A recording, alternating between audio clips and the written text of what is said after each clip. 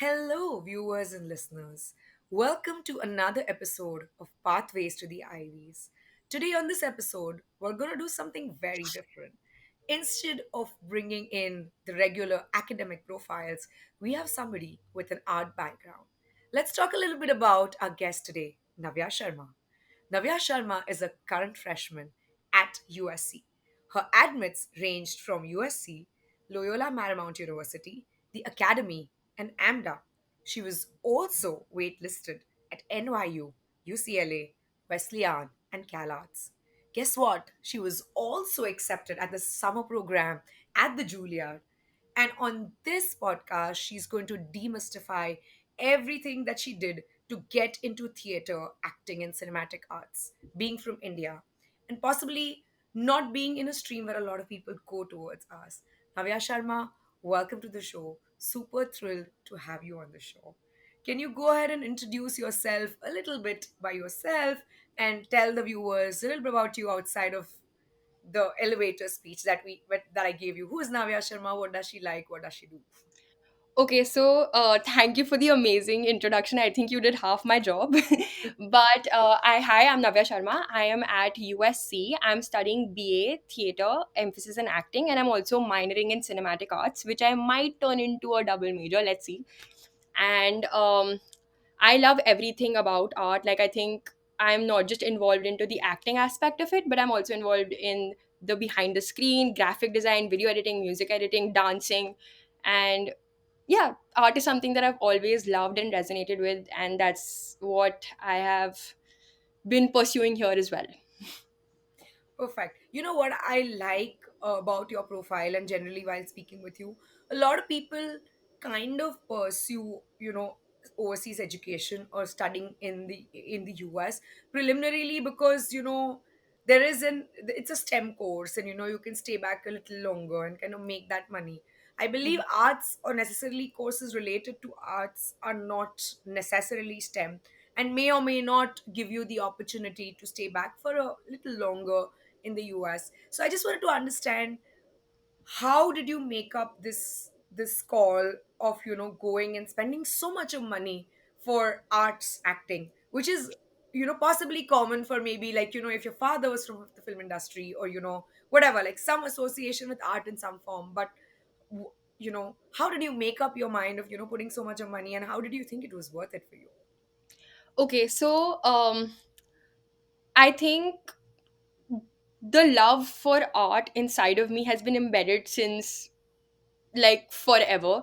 I was 3 years old when my mom made me join Bharatanatyam dance classes, and that was basically the seed that led me to, love art. And Bharatanatyam being a dance form, deeply rooted in both acting and dancing, like this was something I like caught on very early on, and I started doing theater classes. And like growing up, I just knew that this was the one thing that is giving me true happiness.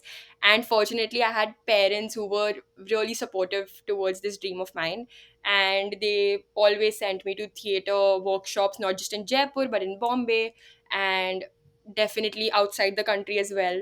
And it's definitely a big decision, so I think anyone who is taking on a similar path has to be extremely sure of what they're doing, and if they can really imagine themselves doing it later on in life as well. um an advice that I heard from one of my professors here is, if you're taking on a track like this, you need to be fine with the idea of just teaching as an acting teacher 50 years down the line, and being okay with that idea, because in this career you will never be certain of whether you will be able to achieve those big dreams that everyone, those flashy American dreams everyone has, like winning the Oscar, being on the big screen, and all of that is amazing. But I think the true love for art stems with being comfortable with that idea that you will be able to live in that beauty of art all your life. And I think if you feel that inside of you, truly from a young age, then I think it's worth it to put in that money, that effort into going abroad, studying, taking on, exploring different artists across like the world. So yeah, I think that's why I am here, and that's why I felt it was worth it for me to come here and pursue this. Perfect. I think I'll actually put a spin to what you're saying, or maybe just kind of condense it. I think your profession as an artist should be rewarded by your love for art, and your love for art could actually manifest into getting an Oscar or just being a teacher. That's irrespective. But that may or may not, may or may not transition into crazy amounts of money. I mean, you'll make decent money as a professor. You'll make Yeah. exceptionally good money if you were an actor, but Mhm. that should not justify your love for art. So if you really truly value the profession of being an artist, then this profession is for you. Otherwise, you're better off doing other things where you can make more money than, just being a professor. So that's very well put. Navya, did you get any scholarship at USC? Because I hear a lot of people do end up getting scholarships. So I'm very curious if you can let our viewers and listeners know about it. I did not, but I definitely got a scholarship at the academy as well as Wesleyan, both of Do them. you remember the amounts? Yes, the academy, I think I got 70% paid full tuition, and Wesleyan, I can't really remember, but I think it was around 50% as well. Okay, perfect. Yeah. Now let's talk about a little bit about your HLs and SLs at school, because I know you're an IB student, and I know a lot of people are curious that if you wanted to do visual arts, performing arts, what should your HLs and SLs be? If you can just elaborate a little bit about that, and even let us know your 11th grade score so that we get an idea of what your predicted looked like in your 12th grade.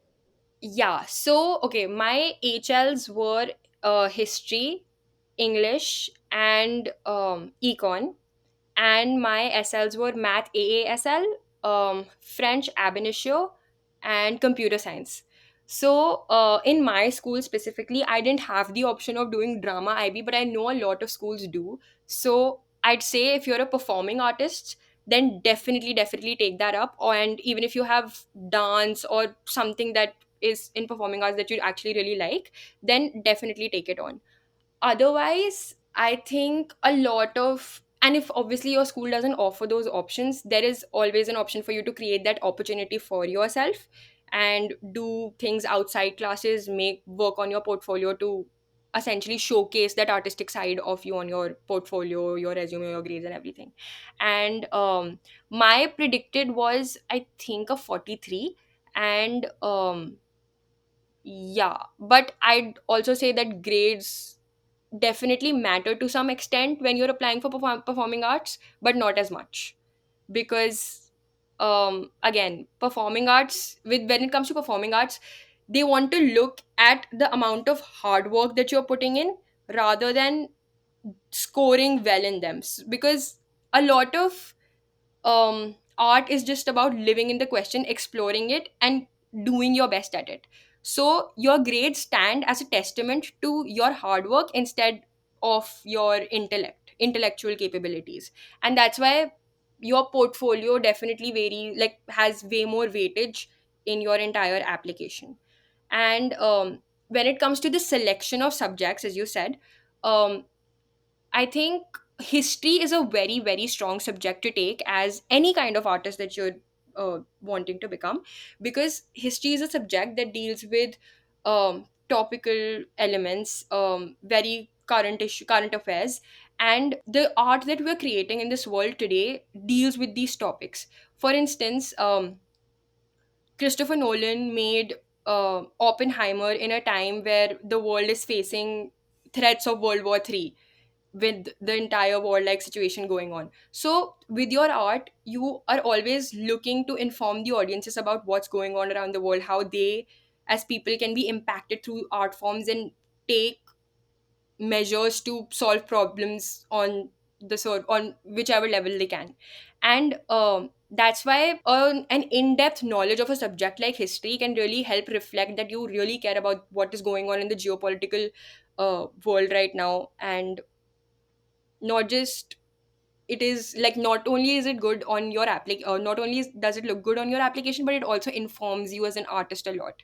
So that is definitely a very good subject to take if you're a performing arts student. Perfect. So I think two things here which you highlighted. One is history and any form of dance or theater. If your school's offering these two subjects, would be great to have.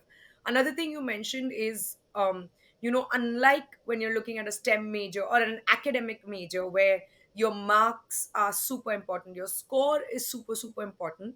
That doesn't hold true necessarily for arts, because you may or may not have a good score, but if your portfolio is exceptional, your scores can be overlooked because it's not the case. It's because they're looking at your portfolio and your imagination, whatever else that you've done, as compared to your scores is good to have, but an exceptional portfolio is what is needed. So I think then let's, in that case, kind of hop on to the most important part, which is the portfolio part of it. Tell us a little bit more about what are different kinds of portfolios, visual art portfolios versus performing art portfolios. How are they different from each other? Your take on each of these. So I have never personally been a visual art student, but I had a lot of friends in school who were VA students, and I loved all of them. So a lot of them for their college portfolios had like 10 art pieces to submit, and these art pieces would definitely entail like them making a full art piece, whatever they resonate with, and then writing a full essay about it, describing why they did what they did. And a lot of VA portfolios revolve around that. When it comes to a performing art portfolio, they're very different from any kind of portfolio you'll ever see. So, performing art portfolios are always submitted mostly on this website called SlideRoom, which is attached to the common application website, and for most schools.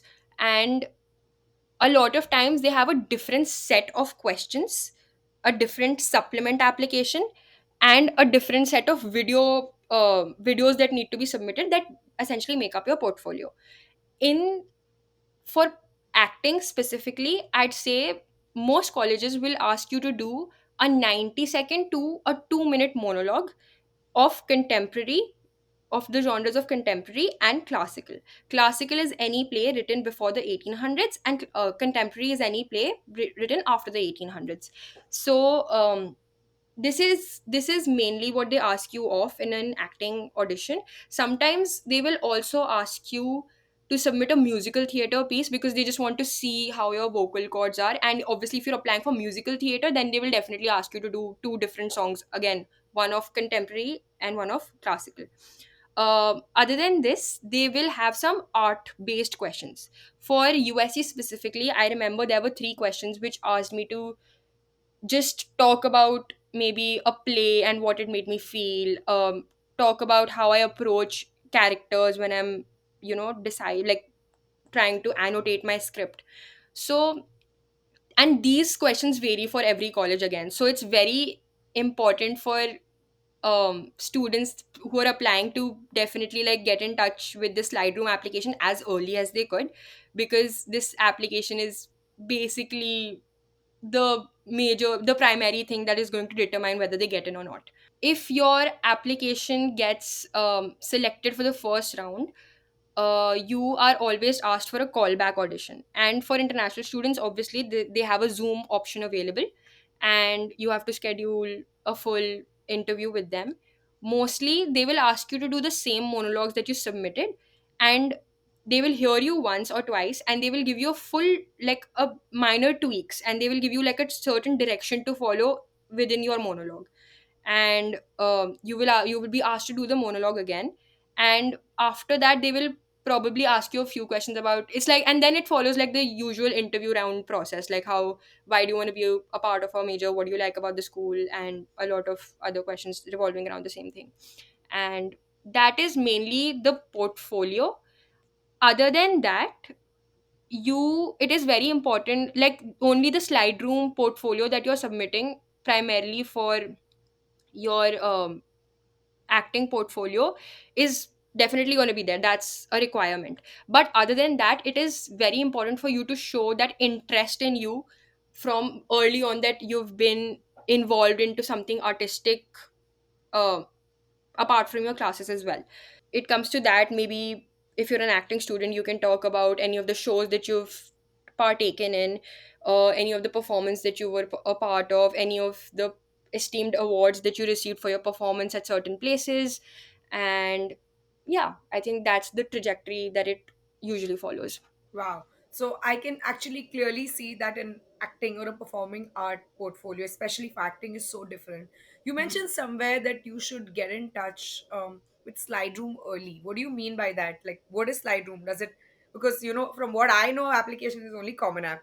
But what is SlideRoom? How do you get in touch with them? Is there a deadline around that? And yeah, I mean, that's my first question. So there basically common app is definitely there, and you need to submit it according to your usual common app deadlines. But for most colleges and for acting applicants, there is another website. It's called slideroom.com, if I'm not wrong. And it is connected to your common app. So through your common app you can enter the SlideRoom application, and that application will basically have all the contents that you're required to submit as an extra application to the college that you're applying to. And the deadlines for SlideRoom applications differs from your common app, so you get an extended period of time for your portfolio, because they understand that you're doing a lot of colleges together. You need time to work on your monologues, you need time to record them properly, you need time to submit them. So it's usually around 1st of December, but again it switches up for every school. So it's preferred that you look into them very early on, as soon as you could, so that you're aware of those deadlines and can submit accordingly. Perfect. And as far as your monologues concerned, that I know you have to record. But you said, sometimes they ask you to kind of do a musical piece or whatever. Is this musical piece something that you like? Can you submit something that you've already done, but you have a recording of it, or does it need to be done, separately for this? Like, let's say if I've done a play where I've been the lead character for whatever reason, can I submit that anywhere? Can I use that as a part of my portfolio, or is it separate for? I have to do this separately for every application and be very individual, like do it separately rather than use something that we've already used. So, your stage performances and anything you've done in the past, which is unrelated to your SlideRoom application, can go definitely on your additional info section on the Common App, or your resume, or wherever you want to link it, maybe a link tree or your personal website that you're making. But that can only go on your Common App. For your SlideRoom application, you're always required to make new videos. Now, these videos are essentially supposed to be in front of a very plain background, very quiet background, so it can't be something from the past. It definitely has to be recorded again and worked upon again and again. And because most colleges will only ask you for a 90-second monologue or a 2-minute monologue, you can pick two monologues, 190, 1 2 minutes long, and record them. And whatever you think is the best product that you get by the end, you go around submitting them to all colleges. So that way you don't have to record a separate monologue for every college, and you also get the work done. Perfect. And I think a very important point of distinction here between performing and visual arts is usually when people start making portfolios for visual art, they start at least 2 to 3 years prior and make those 10 pieces one after the other, right? And then, they kind of take pictures of those pieces and have an analysis piece where they explain their rationale in creating the piece. Vis-a-vis, when it comes to performing arts, especially related to acting, you can't have it done over a period of 2 3 years. You do it then. However, what you can do is practice your art well, meaning, practice your acting well, your dialogues well, whatever it is well. But the portfolio it has to be submit. It's a live piece. It cannot be pre-made and kept, unlike the visual arts for performing arts. Did I get that distinction correct? Precisely. Perfect. Good to know that. All right. So, this is some really, really good information. My next question to you is, how does the application process, like selection process for performing arts work? Is it different from how regular schools work? Like there's a STEM project, or is it the same? Like, especially with USC, and just generalize if you can comment on that, Navya. So I'd say it's a lot talent based, but again, it depends on the kind of major you're applying to. So a lot of acting schools have this distinction where they will either offer you a bachelor's in fine arts, or they'll offer you a bachelor's in arts. The bachelor's in arts program is way more is more like an open curriculum, where you can explore not just your particular discipline, not just acting, but also other disciplines, maybe musical theater, maybe comedy, and other disciplines that fall under the same category. When it's a BFA, which is a bachelor's in fine arts, you are doing exactly just one thing. So if I got in for the BFA program for acting, I'm only going to be doing acting. They primarily try to determine what kind of a person are you. If when it comes to applying to Ivies, maybe Yale, Brown, for acting, they're not looking for people who just want to get out of the school being an actor. They're looking for people who are living in that question, who are still exploring intersections between art and history, art, musical theater, the history of art. But if you're someone knows that you who knows that they want to get into the school, properly study, practice acting, do shows, and get out of the school becoming an actor, like a professional working actor, then USC, NYU, LMU are more like the schools that you want to be looking forward to. And this is what their selection process also is like if they think that you are an actor who needs to get trained, who needs to get into the professional world right from the onset, then you are more likely to get into universities like NYU, USC. And if they think that you are a student who still is exploring and studying what kind of art they like the essay part of art instead of the performance part of art, then you're more likely to get into university like the Ivies, like Brown, Yale, because their courses are designed like that. That's a great distinction to know. And, this also gives perspective to the viewers and listeners on what their end goal is and choose which kind of schools to apply to vis a vis just going on applying. I'm sure people will do their research, but this kind of short changes it. Another thing that you mentioned earlier before we started our interview is how they accept it. You were saying that USC School of Acting actually first shortlists the application and then it goes to the admissions officer. And this is something that you understood after speaking to an admissions officer at USC when they visited your school. Can you tell our viewers and listeners a little bit about this process? Like, how does this work at a school level and then at an admissions level? Yes.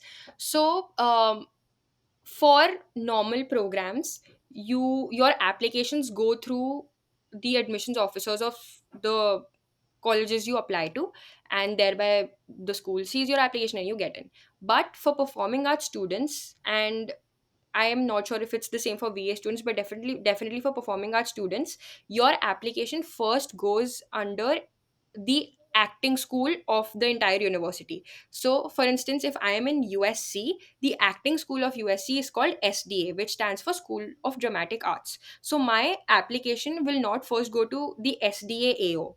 My application will first go to SDA, which is the School of Dramatic Arts, where the acting professors will evaluate my portfolio, will evaluate my the SlideRoom application questions, and if they approve of it, and if I get admitted into that school first after my audition, then my application, my overall application, including my common app, including my additional info and extracurricular activities, will go to the AO of USC, wherein they will oversee everything. And if they think that, and if you get into USC through the AO, is when you actually get into USC or SDA.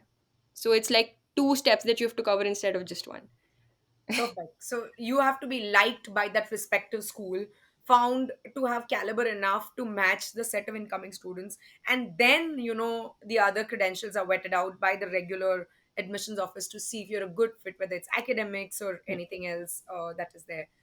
These are good pointers to know, I think, generally from the perspective of students.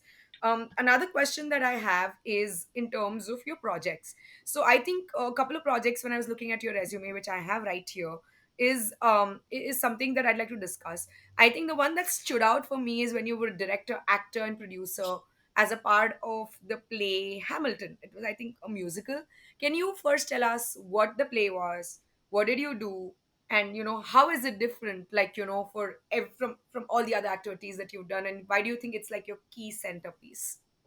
So, I've grown up loving Broadway shows. Like, I think I was very young when I saw my first Broadway show. I grew up seeing the screened versions of Broadway shows because I was not like physically in New York to be able to watch Broadway shows. And uh, I think it was during the pandemic, I watched Hamilton. It was a play about Alexander Hamilton.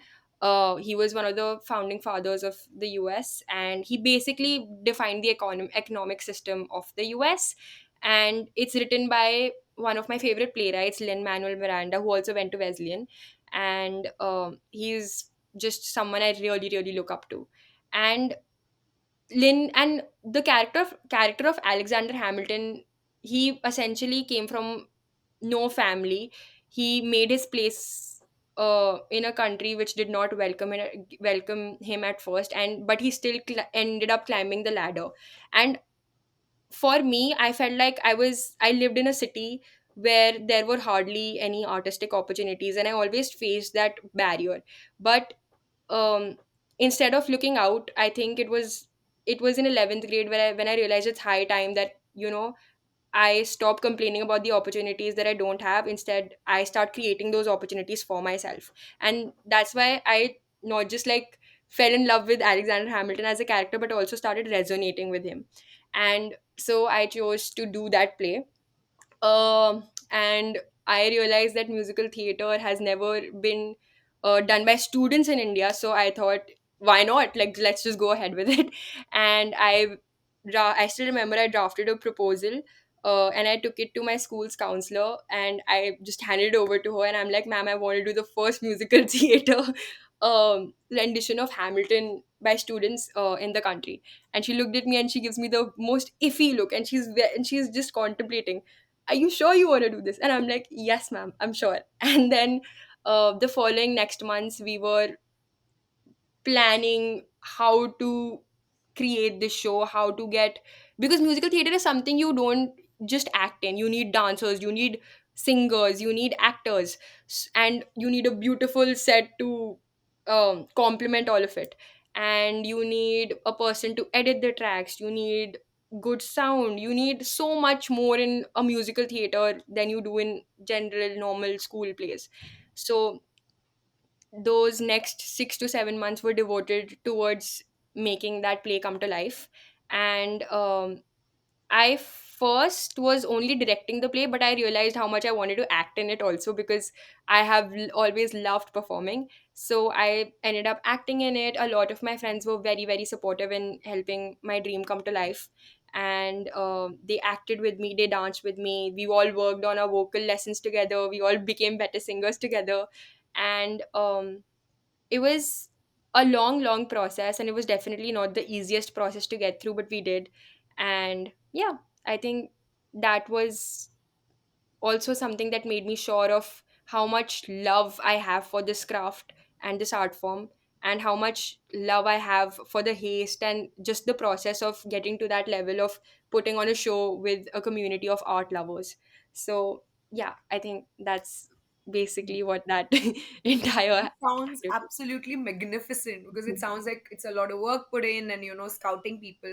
Did this involve people from your school only, or were there students from across? And how did you go about scouting these resources? Because I personally believe that it's hard to find somebody who can just edit tracks. It's hard to find somebody who can put a set together, read those scripts. So how did you go about looking for those resources, conducting auditions? How did that process work, Navya? So, I actually also had a club in school. It was called the Artistic Syndicate, and this club had three segments to it. So there was a script writing club, there was a dramatics club, and there was a filmmaking club. So I knew the kids that were part of these clubs were already interested in exploring these kind of art forms. And since it was only a JPS thing, we only ended up taking students from the school because we made it like a school performance, and also advertised it also as a school performance. And so a lot of these students were from the club. A lot of these students were my friends who just wanted to be part of something artsy. And that's how we essentially went around picking them. A lot of the times we held auditions for these people to come in to prepare any musical piece that they wanted to audition with it, to sort of take their time to understand the story and come back and audition with it if they feel like it. And even if they didn't make it to becoming, like, even if they didn't make it as an actor in the show, they definitely ended up helping filming the show, being a background dancer in the show. And I think that's the beautiful part about art. Like, it is never complete with every little person contributing to it in any way.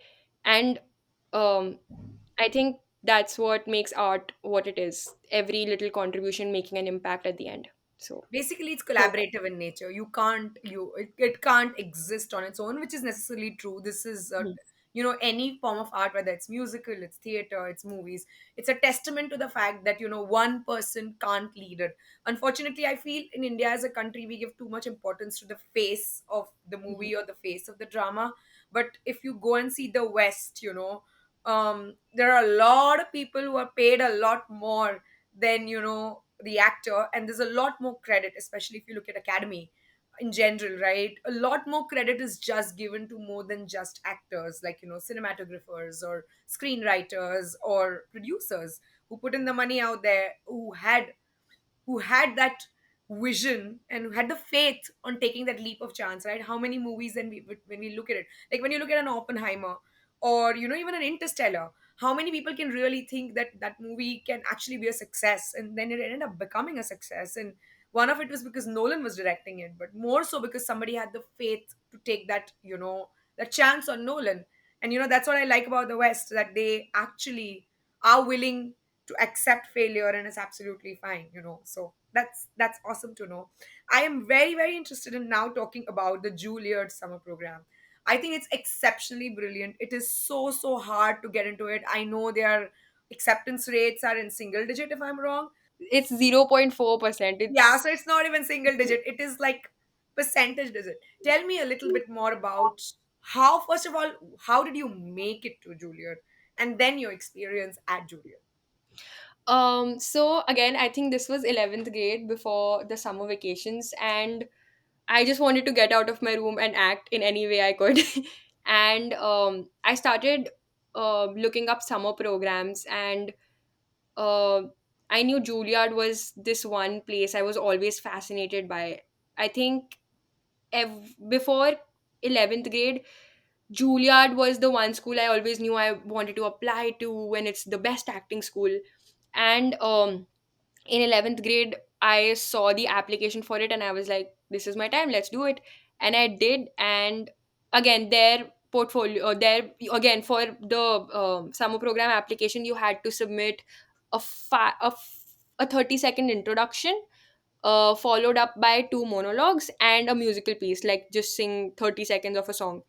Um, and you upload it on YouTube, and then you send them the link, and then you get it or you don't get it. So it was, the process was simple, and I got in, and I was very surprised. But I'd say I really, really enjoyed my time at like Juilliard. I got in. It was like a 2 week program, and I think I met some of the best professors I could ever work with. These are professors who've taught Robin Williams, Jessica Chastain, the Oscar, like the biggest faces in Hollywood.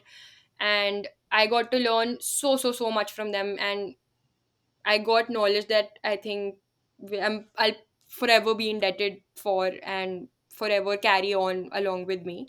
But I think the most important thing that I got out of that summer program was that I went to Juilliard thinking that this is the place for me.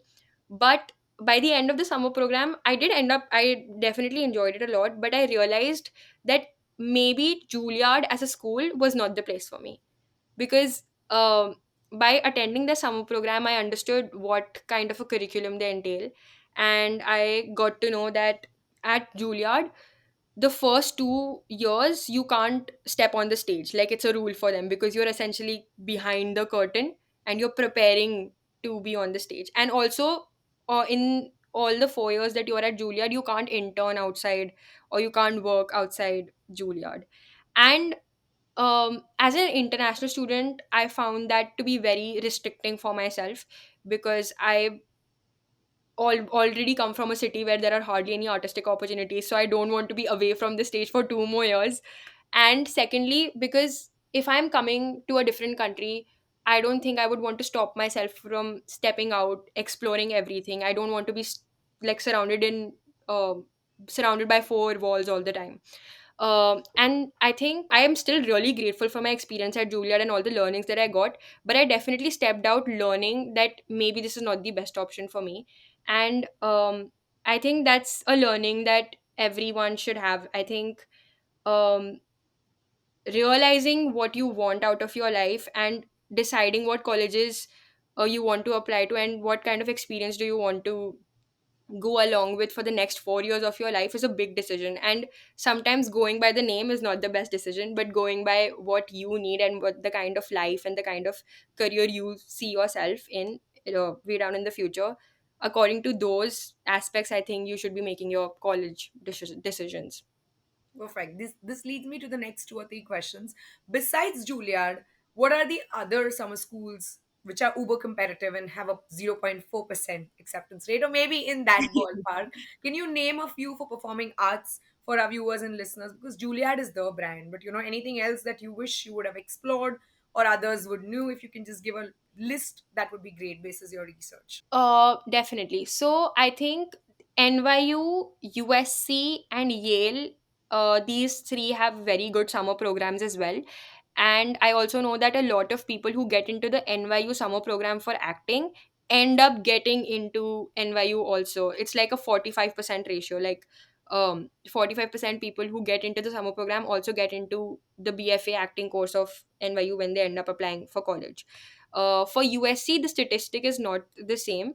So it's definitely difficult to get into the USC summer program too. But the college process, you don't benefit a lot for your college process a lot when it comes to USC. And Yale is a very good option for acting.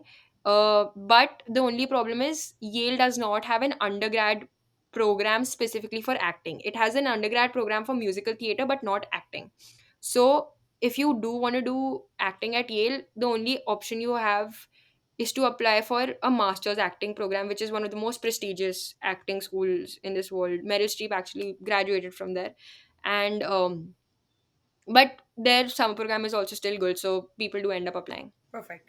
And now the most important question is, how do you go about shortlisting your colleges? Which is what you said, right? That once I went to Juilliard, I realized this is not the school for me. Possibly, if you had not gone to Juilliard, you would have still done your due diligence and you would have realized these restrictions that you can't get on the stage for the first 2 years. You're not allowed to step out and do any internship, which is something that was very restrictive for you as an artist. So how can a student who is looking for being a part of performing arts kind of shortlist their colleges? And I know, unfortunately, you can't tap into the statistics of academics because usually you have a trend that academic score and SAT score, but that doesn't apply because the portfolio is the most important component. So if somebody was to start today and look at shortlisting of schools, factors that they can keep in mind and create a more holistic college list so that they can get better of it and have a higher chance of getting accepted, what how would you go about doing that, Navya? I think definitely the first step is to consider the kind of artist you are. Um, I am someone personally who wants to do both behind the screens as well as in front of the screen, meaning that I want to do on camera work and I also want to do a bit of theater and I also want to explore how to operate a camera, how to do cinematography, graphic design. And when it comes to the US, the West Coast, which is LA, which has UCLA, which has USC, which has branches of New York Film Academy, um and LMU as well. These are colleges that are located in a place where you have the Hollywood sign right outside your window. So, it's a more cinema place. So, if you want more cinematic opportunities and if you want to explore more cinema related work, more on camera work, then West Coast is the place for you. Then you should be looking into places um, that are in California, that are near the hub of Hollywood, which is California, Los Angeles. And if you're a person who's into musical theater, if you're a person who wants to get on Broadway, who wants to do real life theater, then New York might be the place for you because that's where Broadway is, that's where NYU is, and a lot of NYU connections often lead you to becoming on coming to on that Broadway trajectory. And same way is for Juilliard. A lot of Juilliard actors, only like a handful of them end up coming to end up becoming on-screen actors, but a majority of them become theater actors.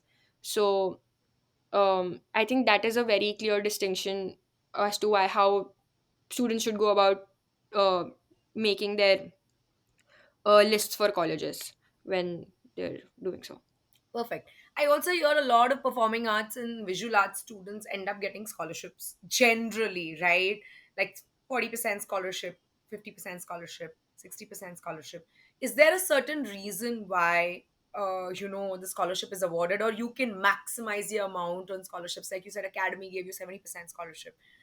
So how can a student look at getting the highest possible scholarship in whatever way, whether it is through a portfolio, or how does that work? So I think one of the best things you can do to look into those scholarships is most of these scholarships are actually very honestly given on your merit. If they think you have and if they think you have an amazing portfolio, they'll definitely accept you. But if they have an audition with you where they realize you're an amazing person to talk to, you're a person who's not just interested in acting but is multifaceted, who knows where they're going, why they're going there. For instance, if it's my NYU interview, I was if it, sorry if it was my USC interview, um I was asked, why do you want to be USC and why do you think USC is the place for you? And I already knew how the thing, I was so obsessed with the idea of getting into USC that I had already searched up all the clubs that I wanted to apply once I get here, all the opportunities that I'd be seeking once I get here. And I had these things to talk about with them during that interview process. And this is what informs them or gives them the idea that this person is actually meant to be here. This person, and it'll make them realize that the school needs you more than you need them. And one thing I would also like to demystify is that a lot of us think that reputation that a school, that a university has, um, means that you go to that, if the university is well reputed, it essentially means that you go to the university and they'll provide you with the opportunities and you'll succeed in life. And I think it's more of the other way around. I think it's us who give that esteemed image to that university in the first place. It's us who go to those colleges, who work hard, who get resources out of those colleges, and who makes ourselves um, esteemed enough to reach up to that point. And I think that way it's us giving that reputation to the school. So it is essentially evoking that need in the college, that they need you more than you need them, is what will make them give you a scholarship in the first place. And it's mostly merit based. For acting students, sadly, in my opinion, I think scholarships are uh, difficult to get, especially as international students, because again, when it comes to art, your success is never guaranteed, so they're a little hesitant to provide you with those scholarships. But when it comes to like not universities but schools like AMDA, the Academy, and New York Film Academy, these are schools that are not universities but they only teach performing arts or they only teach acting. They definitely want more international students to come in, so they are more likely to give kids more scholarships than any university is able to give. Perfect. So they are more like specific only to performing arts versus USC, which is a complete college which will have all the range of courses. Perfect. Exactly. Now let's get to your experience at USC. How has USC? It's been a year you're there, and you seem very happy clearly. But tell us a little bit more about your experiences at USC. What did you learn? How is it different from what you had thought in your head, and all the good stuff? um so when I came in my first semester to LA, I was honestly not very happy. And the reason for this was unawareness. I was into this new place which was very different from my hometown. This new place where there are very big intimidating clubs, big shows being put on, and that often as an artist would make me question, am I good enough for this place? um, did I just get in here by fluke or something? But I entered the second semester knowing these things, knowing what clubs I wanted to apply to, what kind of artistic communities I want to engage with. And I think I entered my second semester more confident, learning from my mistakes in my first semester. So my only advice would be that never give in to that fear, but be and fear is never bad, it means that you care. And I think the important thing is to let that fear sink in, still keep going, still explore everything around you, when it comes to people, when it comes to clubs, when it comes to opportunities, when it comes to taking extra 5 minutes to talk to your professors after class. Do everything you can. And for sure, it has helped me. It has helped me have a better time, and I've made sure that I've made those moves in the second semester, whatever I learned from my first semester, and I'm having an amazing time. I am part of the clubs that I've always wanted to be part of, the clubs that I've been researching about since my time in Jaipur, when I was researching for USC in the first place. And with time, I think every place becomes your place. And it's always an effort that you have to put in from within yourself, because the world will never come to you. It's you going to the world, it's you presenting yourself, it's you making that extra effort. So I think anywhere you go, it's about how you decide to engage with them, and less about how they are engaging with you. So if you're able to put yourself out there like I did, um you are bound to have a good time. I think, and I'll summarize what you're trying to say because I've lived in the West for almost 6, 7 years. I travel so frequently between the US and India. I think, as even irrespective of which country you're living in, or what board you've studied or what school you've gone out there, I think as Asians, we live in a very protected environment wherein, before we ask for something, it's put on our plate, right? So it's very hard for us to put ourselves out there and ask, hey, can I be a part of this? Hey, can you guide me? Now the thing with West, especially America as a country, is people are very transparent and open to give you answers, provided you ask the right questions. If you expect somebody's going to come and tell you, that's not going to happen. But even if you ask a peer or somebody who you are in direct competition with, they will still give you the correct answer rather than misguiding you, because they believe in the power of collaborative learning. They don't believe in, oh, if I tell them, they'll know this. No, that's a very, very Asian mentality, that if I give away something, something's going to be taken away from me. On the contrary, they believe that we work together, hand in hand. Together, we can produce something which is so much better than you and I can do individually. But the point is, putting yourself out there, asking relevant questions, asking the answers, and, kind of adding on to what you really want to learn. That's an experience you want to curate for yourself, and not something that is taught in India. You want to say something, Navya? Yes, definitely. I want to add on to exactly what you're saying. I think any college you go to, you are surrounded by the best professors in the world, the best resources you can ever get.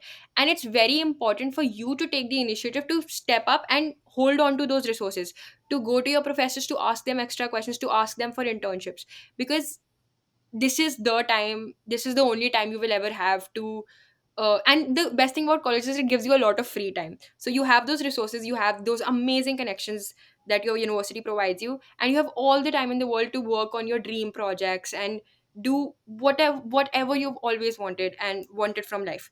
So I'd say I have been, because of my habit of doing those things, I've been able to write scripts that I've always wanted to. I've been able to work on the sets of films I've always wanted to. I've been able to get internships at the most esteemed of places, uh, and meet people running those big enterprises as well, as such as meeting the CEOs of Netflix, the CEOs of motion pictures, and all these big people. So I think it's you who has to take that initiative to step up and to go to those events, go talk to those professors, go hold on to those resources that you're being provided with at your university. So I think that willingness definitely has to come up from you asking the right questions, as you said. Asking the right questions and also demonstrating passion, so like I also feel a very big error that, and I did it as a student as well, so I can attest to it, is when first of all, we don't know how to network effectively, so that's something that I recommend all students should learn even before they go outside, because networking is not, I'll give you this and you give me this in return. It doesn't work like that, right? When you network with somebody, your goal is to provide things of value for them, not for you, right? Because when somebody sees that value for them, that's when they're willing to be more open to provide you with what you want. So in America generally, right, if you demonstrate that passion, if you show you're willing to put yourself out there, they, and if they can see that you have it in you, and you have that fire and burning passion in you, and then when you ask something to somebody, they're a lot more open to kind of give that to you. So learn how to also, like, before even asking, learn how to network effectively, and put yourself out there in a way that you're useful to them. Don't hold on to information. Oh, if I tell this, what's going to happen? Nothing's going to happen. Absolutely nothing's going to happen. You'll be surprised at how collaborative the atmosphere of learning is over there. Like, I can tell you, in my line of business, I worked with people from so many test prep, and so many people from test prep, and believe me, people who are like 10 years ahead of me, 5 years ahead of me, advising me, Rima, don't do this because this is going to cause failure. I had this one woman who actually runs a YouTube channel, and a very, very successful YouTube channel for tutoring. And she said, you know what, Rima, if I were you, I wouldn't advise you to do what I am doing, because that's not your thing. I have been in film and production for almost 10 years before I decided to switch games. So for me, doing that YouTube video and getting that high quality of production is very easy, because I did that for 10 years of my life. So instead of saying this is my way of marketing, you find your way which works better for you, and you do that. And I think that one piece of advice that she gave me changed my perspective. She could have just said, yeah, yeah, you do the YouTube, and it would have actually caused me resources and time, and all of that would have gone for waste. So what I'm trying to tell is that be collaborative and ask, but provide value before you Hmm. ask. Definitely, 100% agreed. And one last thing, any last minute pointers for all of our viewers and listeners who are applying for performing arts, mistakes that you did, things that they should and shouldn't do, if you can comment on that. Okay, definitely. I think pointers that I'd give is, if you're a sophomore in school, start reading a lot. I think reading, and not just reading autobiographies or random books, but read plays, read storybooks, read fictional novels, because this will actually provide you a perspective of how storytellers view the world around them, and how their view of the world uh, also reflects in the stories that they write. So definitely read a lot. That really helps. um I think another advice definitely would be to be sure that you know all your deadlines. With acting students, you have a million deadlines. You have the common app deadlines, you have the SlideRoom application deadlines, and sometimes even more deadlines according to whichever university you're applying to. You have your interview process also. So I know it's hard, but be prepared for it. If you love it enough, you will do it. And I think always love what you're doing. When the most difficult part about creating art is that sometimes it doesn't work out. Sometimes you don't get the result you want out of it. But don't be afraid of taking on that challenge, because it's taking on those challenges, you will learn a lot about the art that you're creating. You will learn about how to go about figuring out things.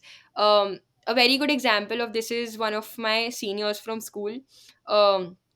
She used to take on a lot of projects when she was in school. She would go around freelancing a lot. And when I once asked her, how do you, how do you have this amazing, varied, multifaceted skill set that allows you to do so many things, she said a lot of times when she's asked to do work, she just says yes. even if she doesn't know if she can do it or not. She just says yes, and she gives herself a deadline. And in that deadline, she, even if she doesn't know how to particularly achieve that task, she will make sure she will go on YouTube, she will search up videos, she will learn how to do that thing, and she will provide the customer with the product that they desire. So I think that challenge that you give to yourself is very important, and it keeps you going. So these are three definitely, uh, these are three things that are definitely, every artist should must every artist must like take on and follow through. And some mistakes that I'd say I made: questioning myself. I think art gives you a lot of way, because a lot of times, and this is not just about college applications but in life, a lot of times you will do auditions. A lot of times when you don't get through those auditions, it will make you question your own art. You will ask yourself if you're good enough, if you're meant for this, if you should just eradicate this entire dream and pursue something else altogether if you're not meant for this, basically. But I'd say not every role, not everything is meant for you. And that doesn't mean you have to question yourself, but that definitely means that you need to keep going and finding the thing that is right for you. And I think that's one of the biggest weaknesses I had, questioning myself time and again. But now I think I'm in a place where I have gained this knowledge that there are things that are right for me and there are things that are not. And um, things do figure themselves out, and you just need to keep on with the chase. That's one of the advice that I'd like to give away. I think my biggest add-on to this is, I'm a big believer of destiny, and I think destiny course corrects you. Wherever you are meant to be, you will end up exactly there in due course of time. You may have started at any point in time in your life. You could have started little early, little late. You could have started thinking I'll be a director, but you end up becoming an actor, right? So I think your destiny course corrects you and brings you where you are. The whole point is just keeping up. Sometimes you'll have good days, great days, bad days. And on bad days, as you said, you're questioning yourself often that am I on the right path? Just do what you're doing. um when the opportunity that's meant for you surfaces, you won't miss it. And what's not meant for you, you won't say a yes to it. Come what may, it may come across as if it's the best opportunity of a lifetime. But if you didn't zap at it, it was not meant for you. That's what I tell everybody who feels low at any instance in time, because what's meant for you will find a way to you. But anyways, Navya, thank you so much for coming in. That was a lot of useful information for folks out there, and anybody who wants to do acting or performing arts in general. What we'll also do is we'll leave her Instagram ID, her email ID, where students can reach out, and LinkedIn as well, wherein you can talk to Navya and she'll be very happy to guide you. So Navya, thank you so much. Thank you, viewers and listeners, for tuning in. Really appreciate your time, and I hope we can come up with another episode of Pathways to the Ivies, where we will be demystifying another profile, talking about another major, and getting you all the needed information. Thank you so much for tuning in. See you next time.